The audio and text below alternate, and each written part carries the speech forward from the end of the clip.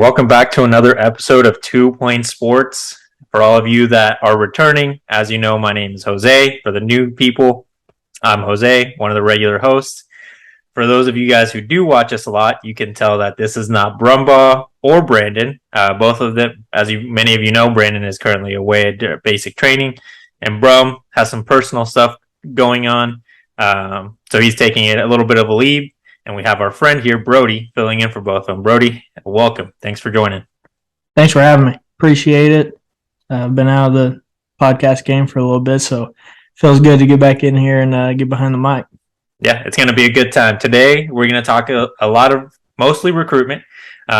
Brody, he works Mustang games, so he really knows what he's talking about when it comes to the high school game of football. And as many of you guys know, I'm sure, Jacoby Johnson, currently a Mustang player. So Brody's gotten to watch him a lot throughout his high school career, and I'm sure he's gotten to see a lot of really good football out of him this season. So we'll talk about him a little bit at the top, and then we'll also talk about some of the official visitors that were here this last weekend and a couple of key recruits that have some noteworthy stuff about him in both the 23 and the 24 class. Before we get into all that stuff, make sure you're hitting the like button, hit subscribe.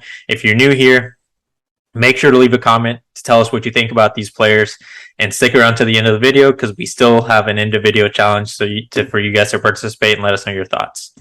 All right, so let's get started. I just mentioned the Mustang connection. Tell us what you've seen from Jacoby with your own eyes, being there in person, and what Oklahoma. I know we talk about him on this. We've talked about him on the show before, but I'd love to hear from you, being a guy that's been there probably for a lot of his high school career. So, yeah, I actually graduated from Mustang High School myself. Stayed around here, still live in a school district. Actually taught at Mustang High School for the last 2 years. Got to see the kid play. I mean, I've seen every home football game, every home basketball game, and just about probably 90 to 95% of his away games on the football field. Don't really travel much for the basketball, but he's a stud. I mean, especially like this year, I've really noticed this year, like when you see Jacoby on the field, he's the best athlete. Like by far, he's the best athlete on the field at any given time. And offensively, he's just a natural with the ball in his hands. And he's got this season so far, he's got 630 yards on 30 catches, 21 yards per catch, 9 touchdowns, only 4 drops. I don't know how they count drops because he's got 49 targets, 30 catches, 4 drops. Don't know if they have like a certain radius around them that the ball has to be in. But I've seen probably out of his 9 touchdowns, I'd say 5 of his touchdowns, it's just like catch the ball, couple guys around him, but not for long because he's gone. I mean, he outruns everyone. And Mustang's one of those teams that we're 6A1, so we play the best of the best in the state of Oklahoma. Tulsa Union, Owasso, those are 2 teams we've played so far. And he's still the best athlete on the field. Union's got kids that are going D1 all over the field. And last Thursday night, Jacoby, you could tell he's the dude.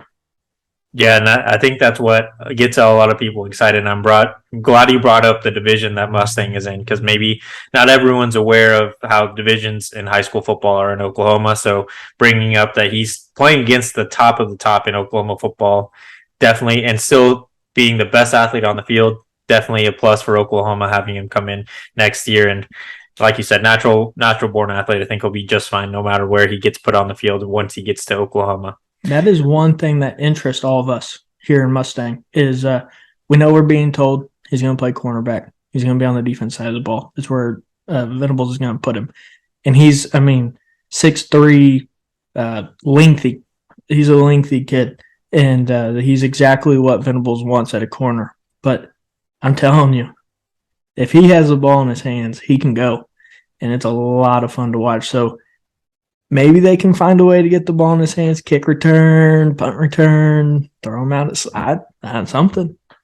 Yeah, I think he's definitely going to be an impact player year one. Hopefully, we get to see him a lot there next season. But let's talk about some of the official visitors that we had this last weekend during the Kansas game. I think the biggest name that a lot of people really want to hear about is Tasilia Kana, top 10 player at his position in the 2023 class. For a while now, a lot of people have believed that Oklahoma is the leader in this recruitment. Other schools involved in his recruitment right now are Texas. His sister goes there. I believe it's there playing volleyball right now. If not, then she's committed to play volleyball at Texas. A&M is in the recruitment, and many others. Venables has been recruiting him for a while now, ever since his time at Clemson. We had Parker Thune on here in the summer, and Parker said, this is the guy that Venables really wants. When Venables has a target in regards to what player he wants in a class, 99% of the time, he will get him to join that class. Akana, like I said, was there this last weekend. Some of you may have seen his pictures that he posted on Instagram or Twitter earlier in the week. But from what he said, Oklahoma right now is still the leader. He loved the game day environment, and I think that's a big shout out to the fans that were there in attendance. Keep doing what you're doing. Hopefully, we can't do much about the student section. Some people aren't very happy with it. Others don't really care. I'm not going to give my opinion, but at the end of the day, the players, the recruits still love the environment. Coach Venables still shouted out the environment in the stadium. So I think that is we're in the right direction. What do you think about Cecilia Connor from what you've seen on tape, and what do you believe could he add to this 2023 class who's already loaded?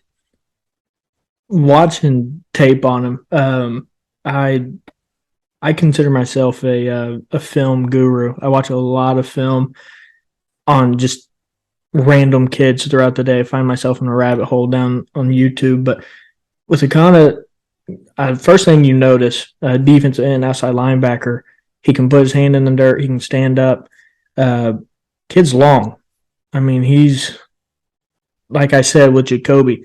I start to see these similarities that he's long, he's athletic, he's a freak of an athlete on the football field. And really, when you see, I don't know who put together his highlight tape, they did a great job because it shows many ways of him shedding blocks. The one I like the most, and you're going to hear people talk about on Saturdays in the stadium when hopefully he wears the crimson and cream, is as the kids like to say, the circle button. His spin move is ridiculous. I mean, he kills people with that spin move every time, and you can see it coming. I can't off the highlights. I mean, they can't when they're face to face with him. That spin move is just gorgeous. And so to add him to this defense, watch out. I think he could be special. I think he's one of those that if he makes it to campus, that he's one of those like Jaron Kanak this season that we're like, can we get this kid on the field? Like, can we see him week 2, week 3, week 4 when they're actually meaningful games? It's not week 1 against. Sorry, I didn't do my research. I don't know who we got next year, week 1, but I want to see this kid against some talent, and that's what I think about him. And so getting to hear that he had a good official against Kansas, I know first time on here, it's still crazy to me to think of Kansas as a good opponent, but they're talented and they're on the up and up, and to hear he had a good visit is a special for the Sooners. Yep, and that's something that he mentioned.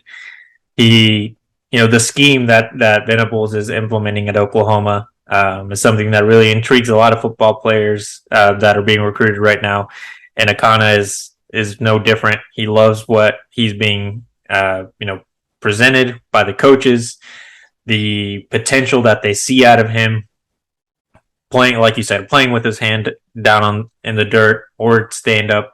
They expect him to be able to be a contributor quickly, as well as many others in the 23 class. But Akana would definitely be a huge addition, especially with him. He kind of came out of the blue, really. I don't think very many people before probably Parker's crystal ball that he put in. It was like right smack in the middle of the summer. Yeah, Yeah. the end of June. I don't think very many people were aware that Oklahoma was in on him. And like I said, Venables has his eyes on him. He really wants him to be part of this class. I think it's not one that we're going to hear a decision from anytime soon, but definitely want to keep our eyes on probably closer to December, maybe even in early spring. But I could definitely see a decision come by December I could be with him. wrong. I could be wrong, but I think I heard him talking to somebody today on my research. Maybe November. I know, I yeah, might have him mixed up with somebody else, but I know there's somebody on here that's looking at this or at November, December. I guess what's important with that date, he still has an official to Texas A&M November 4th when they host Florida, and A&M's not looking very good this year. But that atmosphere, it's a crazy atmosphere down there. I've been there personally 3 or 4 times. It's crazy. yeah, and you can never really count A&M out, as we've all learned the hard way this season with recruitment. For whatever reason you guys want, we want to speculate on our own time. You just can't count A&M out right now, especially with defensive players. But next guy to talk about, Caden McDonald, 4-star defensive lineman. Right now, he's crystal ball to Clemson, and he's been. People have expected him to be a heavy Clemson lean for a long time, given that he's from Georgia, a little bit closer proximity. He's been recruited to Clemson for a while now, since Venables was there as a defensive coordinator and Todd Bates being there as their defensive lineman coach. Those connections have moved him to look at Oklahoma. He took his official visit, very much like Tasilia Kana this last weekend, along with Derek LeBlanc. Derek and Caden have a very good friendship. They visited Florida, I believe, once or twice together. So Derek being there definitely helped Oklahoma's chances in getting him to Norman. He did mention, from what's been reported, the distance may have been a big factor why Oklahoma, or a big barrier for Oklahoma getting him to commit to Norman, or at least take it more seriously to live in Norman and continue his career there. This last weekend, it seems like with his family, really liking the environment, him being there with Derek and the coaches that he's had a long-lasting relationship with, that distance doesn't seem as big of an issue anymore. They understand that, yeah, it's not the most ideal place, but you can still come see they can still come to see Caden to play, and Caden is still able to travel over there on breaks. And when we get a little closer to that area, once we move to the SEC, it's going to be a lot easier for them to go, when we play in Athens. What do you think about Caden from the tape? And how do you feel about Oklahoma's realistic chances about landing a Caden McDonald? I like that he has crystal balled twice to Clemson, but only a 6. Only a 6. So, I mean, I know we can never really put a whole lot of money on what numbers these guys are given, but that makes me feel better. 6'3", 310 pounds, and put that guy in the middle of the line. He's a run stopper. He's got great hands.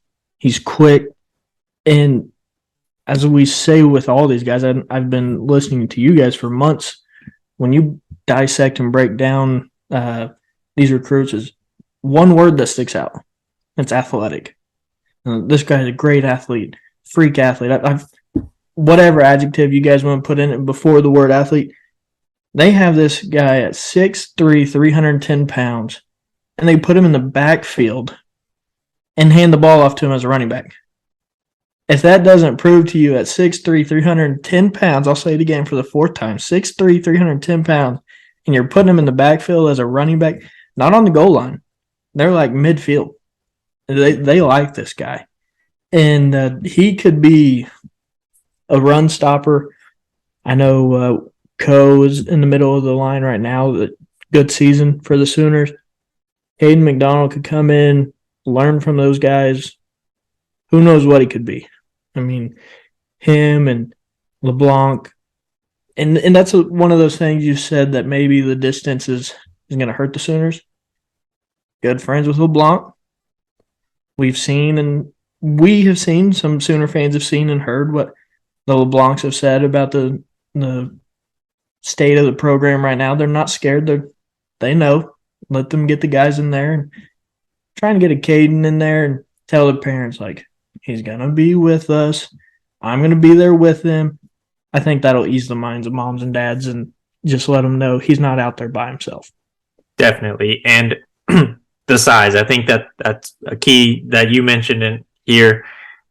Well, that's definitely the type of body that Oklahoma doesn't really have right now, especially with, as we've seen over, not in the Kansas game, but in a couple games previously, a lot of 3-man rush.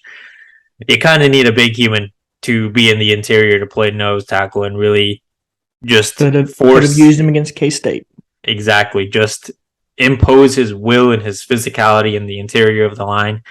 Definitely, I think that's something that, while it's frustrating as fans in year one because we don't have a guy his size, the coaches want to implement that, so that not just so that they can see if they have anyone that can be that physical guy in the interior, but to kind of show, like, hey, Caden, if we have you in this scheme, if we ever do a 3-man line and we need a guy, we know that physically you're already prepared. We just got to get you to understand our scheme and put a little bit of muscle on you so that you can be the violent nose tackle that we need in the interior there.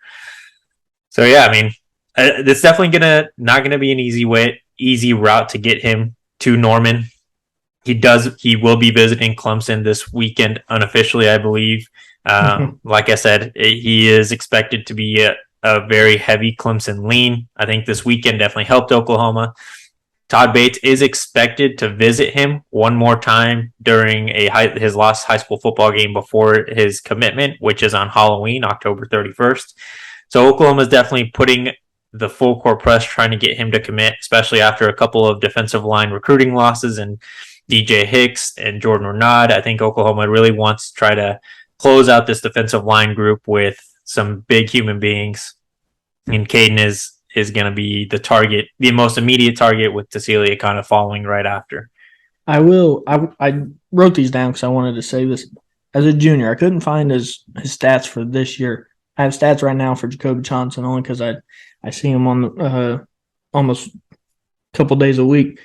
As a junior, Mcdonald, 95 tackles, 62 tackle for loss, 20 sacks.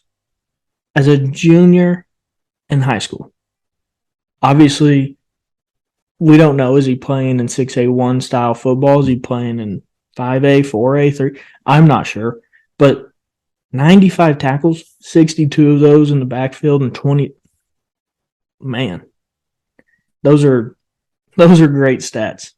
Yeah, getting those numbers, no matter what the competition, is always going to at least show that you're a good football player and know what you're doing right now. So I think something that we want to mention and kind of shift our way to talking about the quarterback position is on Thursday. Geyer versus Allen. Jackson Arnold, 2023 5-star commit to Oklahoma, versus Michael Hawkins, 4-star quarterback prospect that Oklahoma is really eyeing. Go head to head, 6:00 Central on ESPN2. Check it out if you're able to be in front of a TV, on your phone, on a computer. It's going to be one that's definitely going to, not just those two guys, but it's going to be fun to watch. It's a couple other Oklahoma guys that Oklahoma is targeting for both the 23 and 24 class. So definitely an exciting one, high school game to watch. Hopefully you guys can tune in. If you have plans right now, change them. You're going to want to change those plans. If you got plans right now at 6 p.m. on Thursday, wife, girlfriend, fiance, husband, boyfriend, whatever. Sorry, we got to change our plans. Got to be in front of the TV or the computer at 6 p.m. on Thursday night. That's going to be a good one. I'm excited to see it. It'll be the first time I get to watch both of those guys live, so I know I'm making sure that I've got 2 TVs going in the living room, one for Thursday night NFL football and also for that one. Yeah, it's going to be a fun high school game to watch. I think that'll shift us over to the quarterback position. Like I mentioned, Oklahoma is targeting Michael Hawkins, quarterback for Allen, and then another guy in DJ Lagway, 5-star quarterback in the 24 class. Hawkins has been crystal ball to Oklahoma. It was earlier in the year, I believe it was in March, back when he took a visit during a junior day in the spring. And then DJ Lagway's visited Oklahoma a couple times. Big thing with DJ, he was expected to at first make his commitment in April of 2023. He was interviewed earlier this week, and he mentioned that he definitely sees himself committing way before then, probably around January, so that he can start recruiting for whichever school he ends up making his commitment to. I think that's important for Oklahoma at this point because Oklahoma is not the leader. And I don't think that's crazy to say at this point. Really seems like Florida and Miami are sticking out for DJ. And if Oklahoma wants any shot at a realistic shot at getting his commitment in January, if that is when he makes a decision, they're going to need to really ramp up that effort if DJ is the quarterback they really want.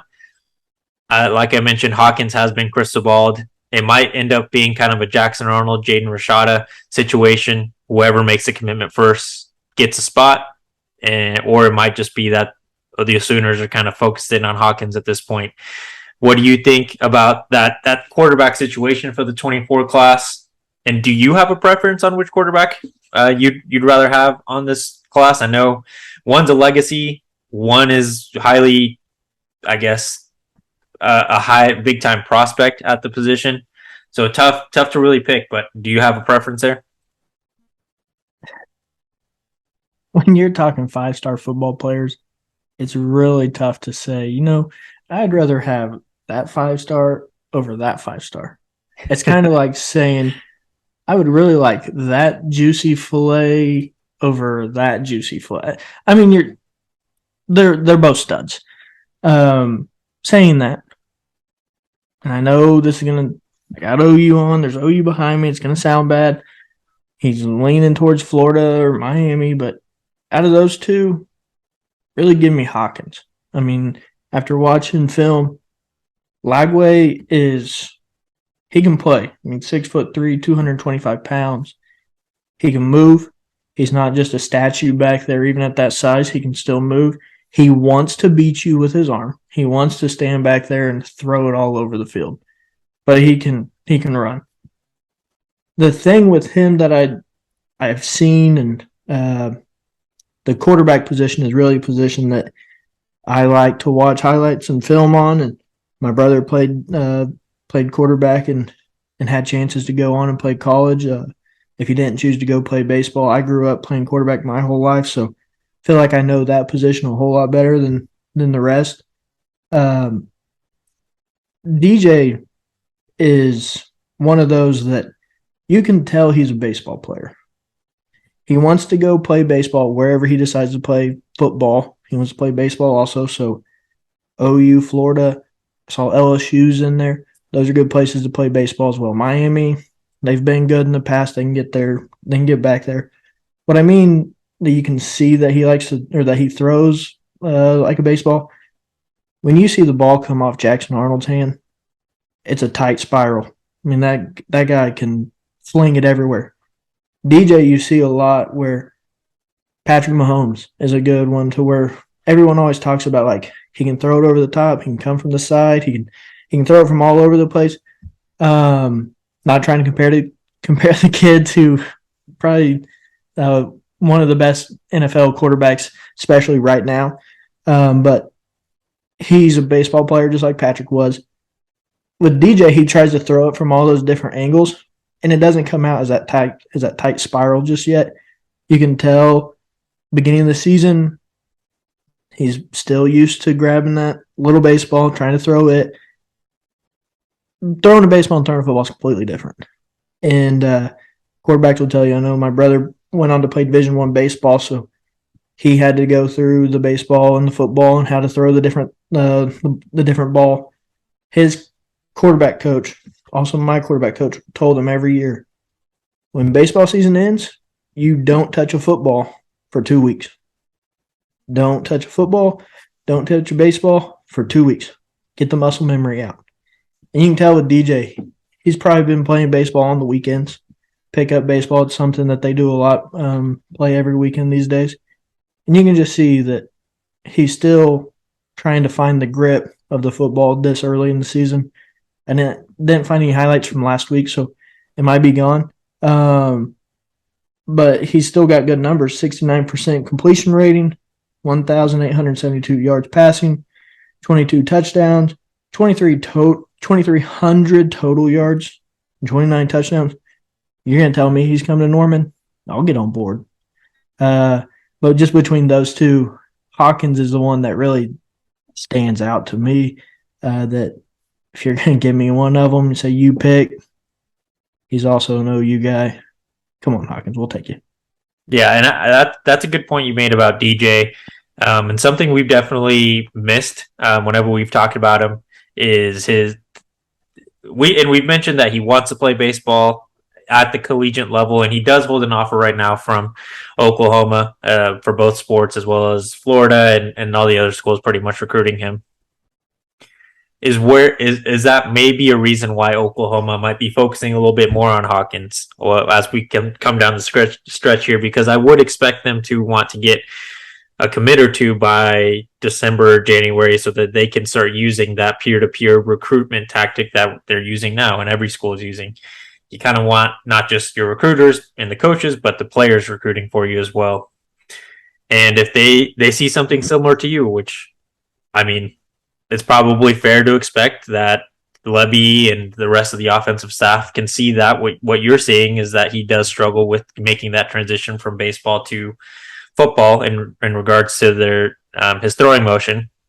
Maybe that's what differentiates Hawkins and Lagway to the coaches. Do they want the high ceiling and what is perceived as a higher ceiling in Lagway once they can maybe get him to focus a little bit more on football in college, or will they take Hawkins, who's maybe not as is expected to have as high of a ceiling or is ready, maybe a little bit more raw now, but has more of a natural throwing motion because he doesn't have to alternate between two different types of balls in which he's throwing. So I think that's a good point. And I'm not trying to say I'm not taking anything away from DJ Lagway. I mean, 5-star athlete. I was never even close to that by any means. But I'm just saying, like, you can tell when the ball comes out of his hand compared to someone else, and being able to take from my experience with my older brother and getting to be a part of, I guess you say, be a part of his recruiting process with between baseball and football.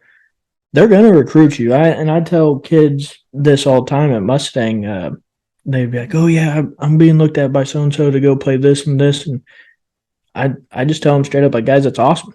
It's amazing that you can go be recruited by two sports, but we're going to be honest with you. And when you finally step foot on that campus, they're going to tell you, is it this or is it this? You can play both sports, but they're going to say you're going to put 95% into football, 5% into baseball. What is it? What is it that you're going to do? Kyler Murray, I know he did it at OU. It is possible. But if you look, he was still playing spring football with the football team, taking not all of his time from the baseball team, but he wasn't at everything baseball. He was with the football team. They're going to make him pick. And then it just comes down to, what are you? Are you a football player or are you a baseball player? You decide. Yeah. And that, again, great points, because that's definitely not something that we've brought up ever in that situation. And I think your experience definitely helps us there, because it is going to be, at the end of the day, up to DJ and whichever school he picks, the opportunities that he sees, right? And Michael Hawkins, again, like you said, him being a legacy might be another reason why Oklahoma's really focused in on him, trying to establish that precedent. Like, you being a legacy is important to us, at least getting you on campus. And Michael Hawkins is talented enough that he could be an impactful player after Jackson Arnold goes on to the NFL or graduates from Oklahoma. And they've proven, this coaching staff's proven, you're a legacy, we want you. I mean, look at Gavin Freeman. Mm-hmm. Dude's, when he gets the ball in his hands, he balls out. Sadly, us Sooner fans got a little confused with Drake Stoops the other day, and he had a heck of a catch, but Stoops got the credit for it. But he's a a person you can point to and say, like, he's a legacy. They went after him. We went after him late, still found a way to get him on campus. I think you're getting to see Venables talks about the family atmosphere. They talk about how they want it to be a big family, and I think you're seeing with these legacies, it's not just one of those like coach speaks. It's actually something he wants. Yeah, yeah, and it's going to be interesting. Hopefully, we get one of those guys to commit by January. I think your analysis here is probably spot on. And it seems like Hawkins might be the guy for Oklahoma. And even though he's ranked what he is now, it does not mean that's where he ends or that's how good he'll be. Because I know a lot of fans just look at the stars and they'll see DJ is currently a 5-star and Hawkins is a 4. At the end of the day, that's not. First of all, that's not how they're going to end that ranking. And at the end of the day, it's going to depend on the situation that they're going to put in their success. And we've seen what Lebby can do when he has a quarterback that he can trust and getting the ball down the field, and it's pretty good. Even though, again, as some of you may know, I was a little fiery right after the Texas game and my take with Lebby. I have since backtracked, and I do not think he should be fired. He's not, but he should good, feel right? a little bit of pressure. He should feel some pressure. I mean, he's not. How do you have that happen? I guess what we've heard since that Texas game is a little. Should you get shut out? Absolutely not. No, especially not in the Cotton Bowl.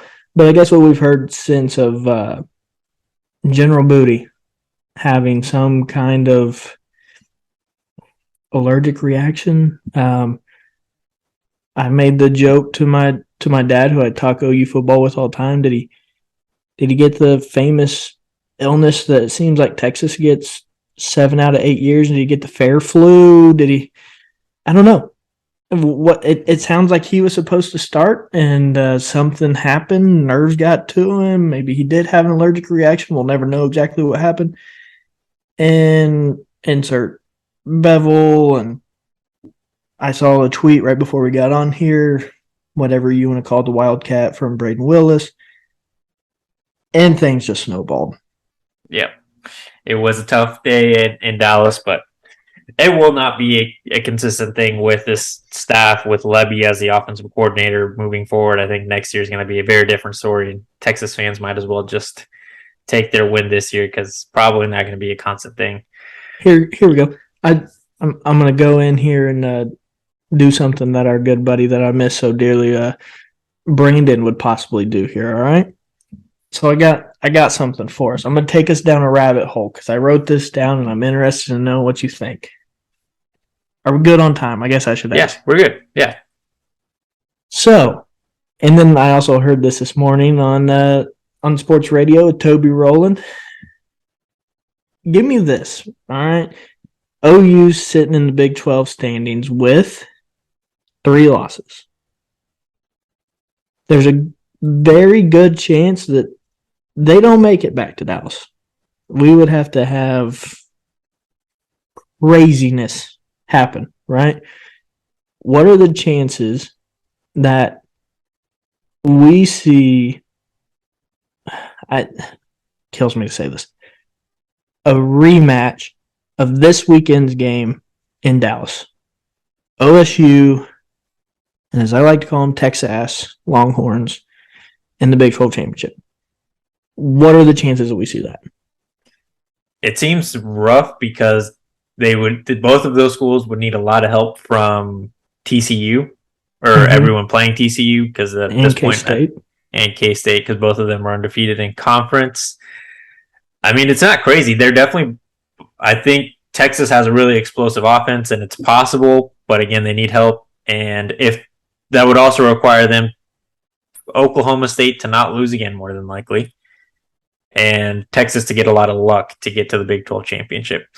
Would it be fun to watch? Definitely. I think that game is going to be one I'm definitely excited to watch this weekend with many others, but it's a long road ahead of them. I just don't know how realistic it is because of the help that Texas mainly needs at this point, because Oklahoma State only has 1 conference loss.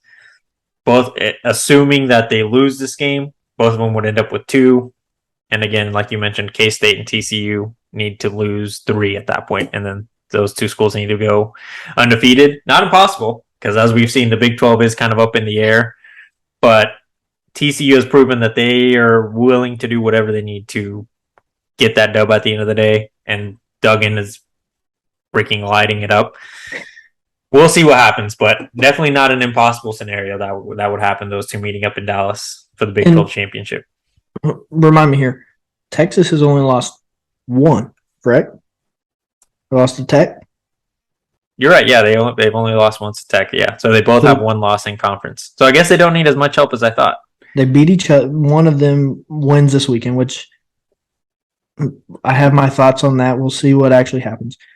Or I'll just say it. Texas is going to beat OSU. I have Texas beating OSU outright. I know the gambling, as our guy Pat McAfee that we both watch so much likes to say, this weekend. But, I mean, you can look back at the history of those two. Always, for some reason, the away team happens to win this game every year. I think it's like the last 7 or 8 times these two teams have played, the away team wins. Don't know why. It's weird stat. But I see Texas winning this weekend. So that gives OSU 2. Texas has 1. Texas still has to play TCU and K-State. So if they beat OSU this weekend, they really control their own destiny to Dallas. OSU, if we get to see the rematch in Dallas, OSU could help themselves out and Texas out by knocking off K-State next weekend. They're going through that spurt that the Sooners just dreadfully went through with TCU, Texas, K-State back to back to back. And then the easier side of the schedule is still in front of them. And they still have West Virginia, Iowa State. Who am I missing? Kansas, and then obviously Bedlam. It could still happen. I wish we could hear what our buddy Brandon would say, because I know he would hate that matchup. Yeah, he would. He probably wouldn't watch football for the rest of the year if that was what was happening. But yeah, I mean, it's definitely an interesting scenario, and again, not impossible, like you brought up. Whichever team wins will need to help themselves and the other one out to get that rematch to happen. Yeah, sorry, you kind of put one on the tee there. I had to take it. So You're good. Let's talk about one more guy before we wrap it up. David Stone. Not too much on him in regards to directly with Oklahoma. Again, as a lot of us know, David Stone is really still expected to be a Sooner when it's all said and done.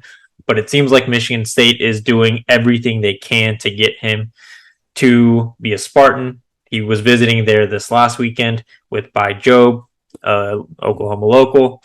Seems like he had a good time. I did a little bit of digging. Can't find anything that really says, yeah, Mel Tucker and the Spartans are really in on it, really pretty much making it impossible for David Stone not to want to go there. But from what David Stone is putting out on social media, it seems like he really enjoys the times he's been up to Michigan State. I mean, I really don't expect him to be a Spartan from what insiders talk about him and being from Oklahoma originally. Seems like he really wants to be part of his hometown team. But it is interesting that, it's something to talk about, at least, that Michigan State is doing everything they can to pull him out of Oklahoma and get him up there. I think it's going to be tough. I mean, I know he's playing at IMG right now. He's actually a Del City kid. He actually came home, went to a Del City game. I'm assuming he went to the OU game the same weekend. I want to say it was like week 2 or 3 of high school football. He posted it on social media, talking about being back with his brothers and missed being at the game and stuff like that. So he's an Okie. I mean, he's gone out to play at IMG.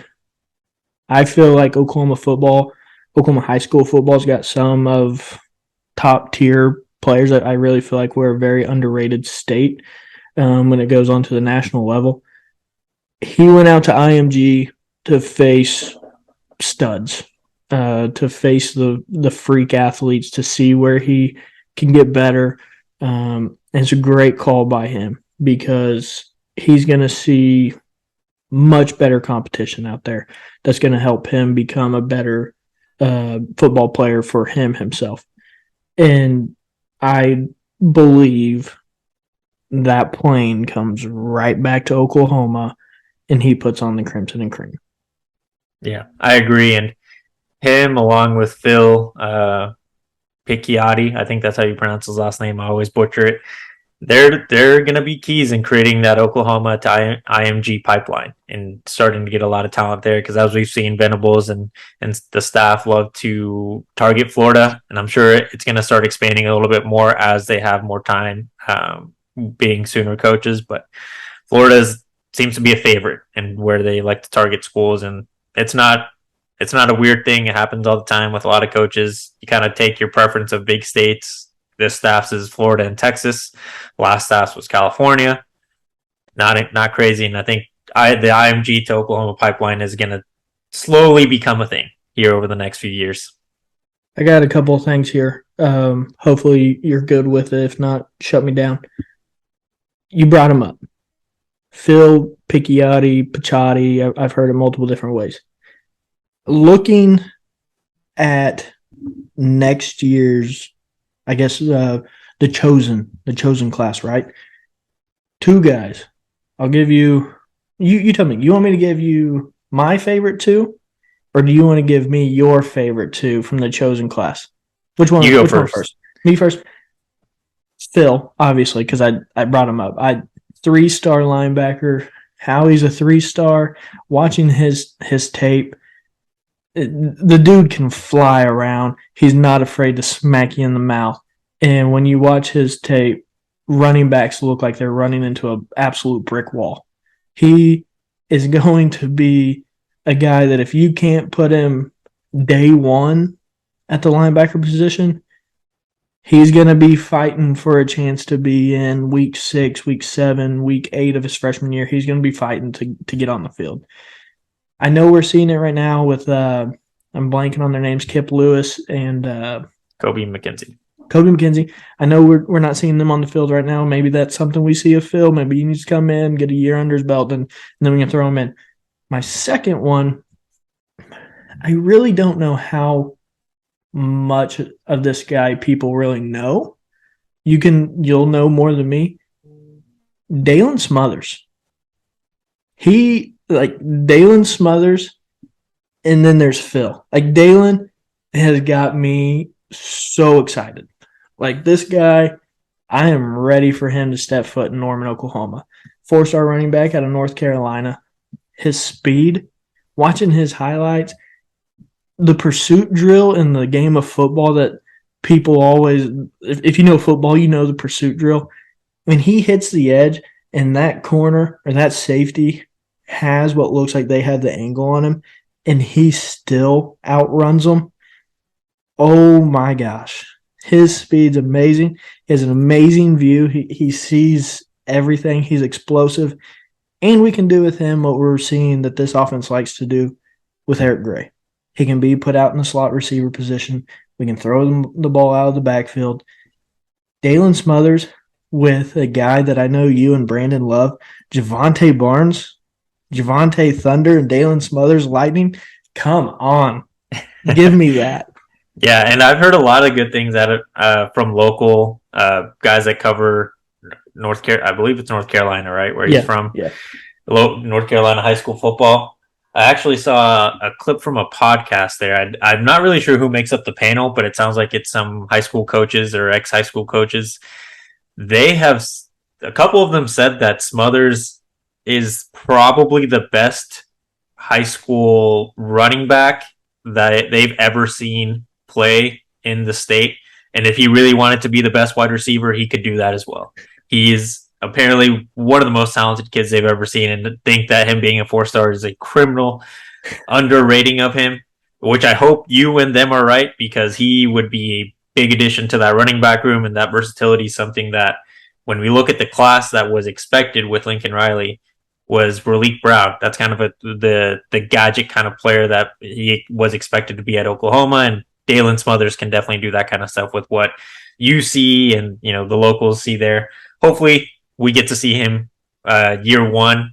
It's going to be tough to crack that starting lineup when you have Javante Barnes and Gavin Sawchuk in front of you, and potentially still Marcus Major. But he can definitely do it. Like you said, he's got the talent already. He's going to need to put probably a little bit of weight, but he'll be just fine once he gets to college. My guys. Maybe that's an argument you and I can have if you'll have me back one of these days. Is I had this argument with Brandon. Is what running back enters the transfer portal? I think that could definitely be a good topic for the future, because I see a couple of them, and me and Brandon one evening started over a text message and ended up in a phone call for over an hour. So that's something we can bring up if you'll ever have me back. Yeah, definitely, dude. For this class, I have to go with Jackson Arnold.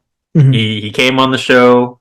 So got to shout him out. He was a dope guy to have on. Really, really cool guy. Obviously, get a 5-star quarterback, super talented. Could even be, challenging for playing time year one at the quarterback position, which is tough to do.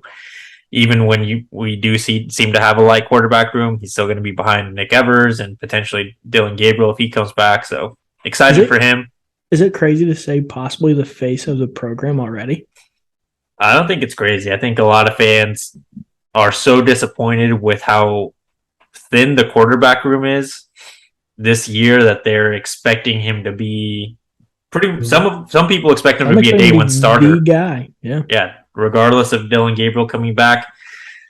I don't agree completely, but I definitely think that he's going to challenge Nick Evers and Dylan Gabriel to either push their play to the next level, or he's going to overtake them from the moment he gets on campus, especially once he gets his feet under him with being a college student and a college athlete. I think that's really the biggest hurdle that freshmen have to overcome, is learning how to be a college student and a student athlete at the college level, because it's way different than high school.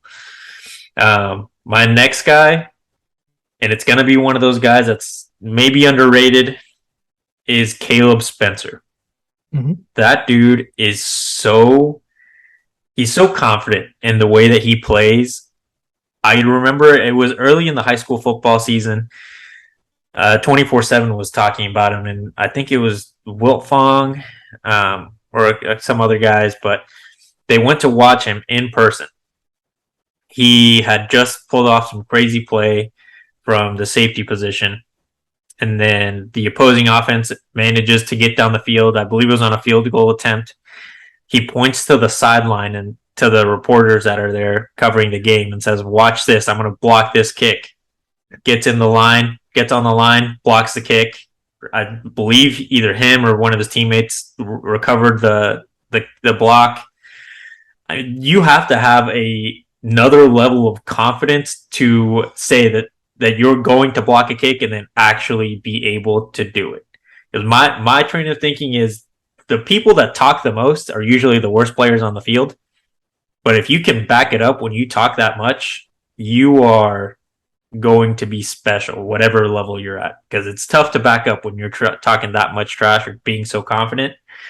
I'm excited for him. I don't know if he'll be a day one impact player, but once he gets that college system under him and in that scheme, I think he's going to be a really fun guy to watch. And he's very much like Pichotti, where when you see him go after someone, that seems like they run into a brick wall. And it's kind of like Danny Stutzman coming out of high school. All of them 3 stars, kind of underrated.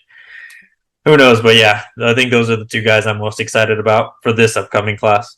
That safety position is going to be fun. I know people, whatever you want to say about the guys we got back there right now, but with RSJ and the guys we have coming in that could get back there and play, then you throw Jaron with the cheetah position, which basically just another safety. This defense is one of those that I gotta say the whole. I'm not a big, as you can see behind me, I'm a huge Minnesota Vikings fan, just as you are. But Aaron Rodgers, in his famous line of relax, that's one thing I believe these Sooner fans need to do. Relax. Is this first year fun? No. Nobody wants to lose 3 games in a row. We don't like getting pummeled by K-State, even though that's become something that we're used to over the last couple of years with the last group. And this year let's be honest, we got pummeled by them. TCU, nobody expected that. No one expected that kind of a butt whooping. And then Texas. Losing to them is not fun. Losing to them 49-0. I turned the TV off and I went outside. I'm done. Luckily I have a 7.5-month-old baby that I was like, TV off. We're going outside. But relax. You can look at I saw a tweet the other day. I'm staring at it right here of Lincoln Riley, whatever you want to call him.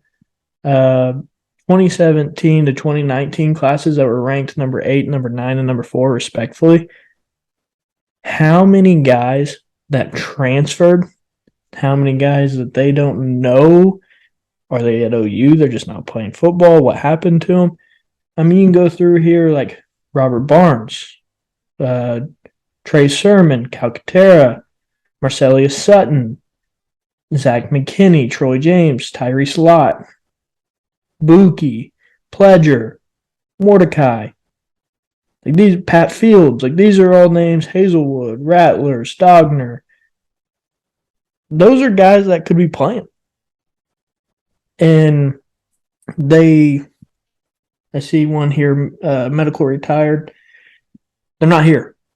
And I think we saw another stat earlier in the year that 40% of this roster was gone from our OSU game last year to spring football with Brent Venables at 40% turnaround. Relax.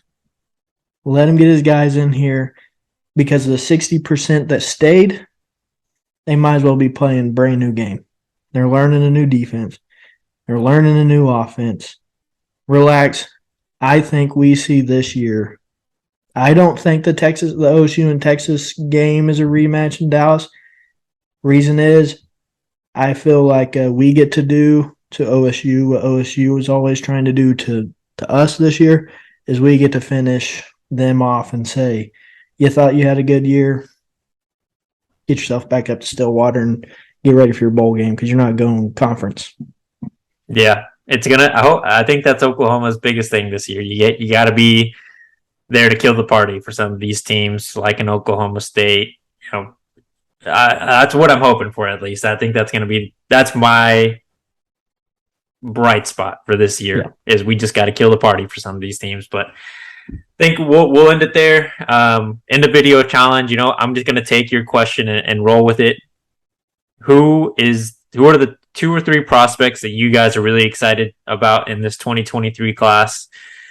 You can give us a reason why. You don't have to, but it'd be cool to hear from you guys. Make sure to leave that in the comment section. Make sure you follow us on here. Subscribe to the channel. Follow us on Facebook, Twitter, Instagram. Hit the like button. If you like to listen to podcasts or sometimes video isn't accessible, you can get us on Spotify or Apple Podcasts. Follow us there as well and rate the show. We appreciate you guys for listening. We'll see you next time.